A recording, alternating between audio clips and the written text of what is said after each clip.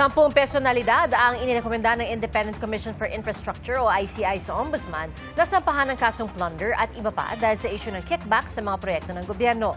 Kabilang dito si dating Senator Bong Revilla na handa raw pabulaanan ang mga aligasyon laban sa kanya.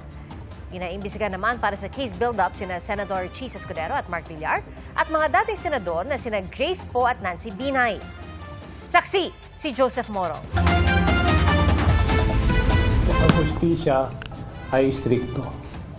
Sa ikawalong referral nito sa Ombudsman, 10 ang inirekomenda ng Independent Commission for Infrastructure o ICI na kasuhan ng plunder, direct o indirect bribery at corruption of public officials. Kabilang dyan si dating Senador Bong Revilla.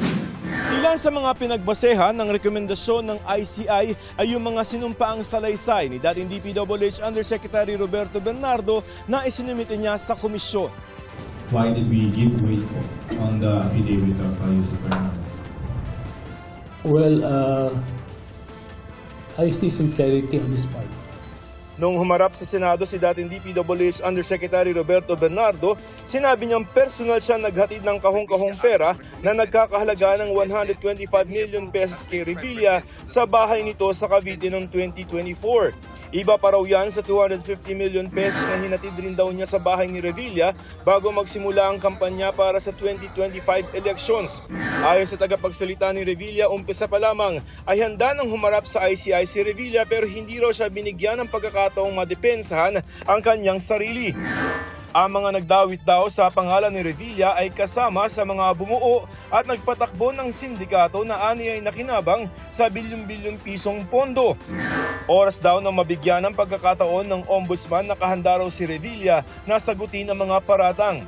Bukod kay Revilla, pinakakasuhan din ng kaibigan at campaign donor ni Senador Chis Escudero na si Maynard Ngu, pinsan ni Senador Mark Villar na si Carlo Aguilar, aide ni dating Senador Nancy Binay na si Carlene Yap Dilla, staff ni dating Senador Grace Poe na si JY De La Rosa at isang Mrs. Patron.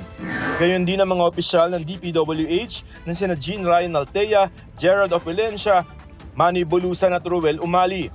Sa salaysay ni Bernardo, sinabi niya naghatid siya ng kabuang 280 million pesos para kay Escudero na inihatid niya sa building na pagmamayari ni Ngu.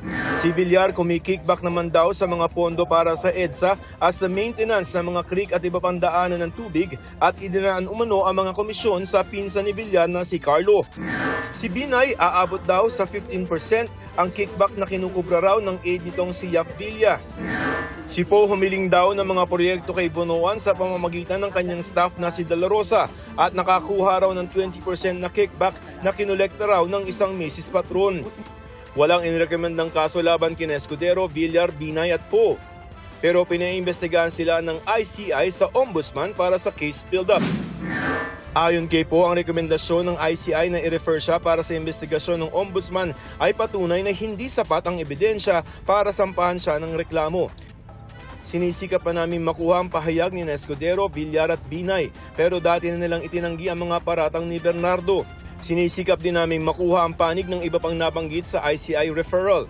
Nagsumite naman ng dagdag na ebidensya ang ICI sa Ombudsman laban kina dating ako Bicol Representative Saldico, dating DPWH Secretary Manuel Bonoan, dating DPWH Undersecretary Catalina Cabral, Bernardo, COA Commissioner Mario Lipana, mga dating DPWH engineer na sina Henry Alcantara, Bryce Hernandez at JP Mendoza.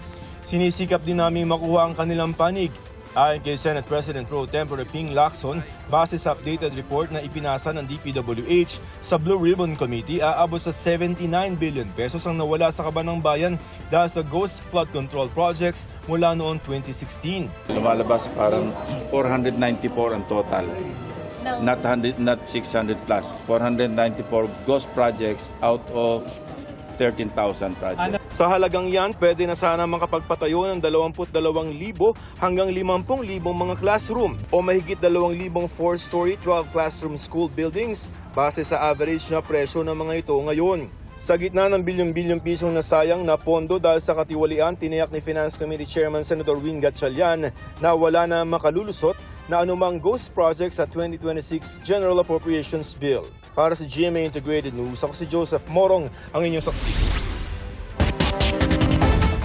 Sa isang pahayag, sinabi naman ni Senator Mark Villar na ang desisyon ng ICI na i-refer ang kanyang kaso sa ombudsman ay patunay na walang basihan ang mga alegasyon laban sa kanya. Handa raw siyang sumailalim sa investigasyon ng ombudsman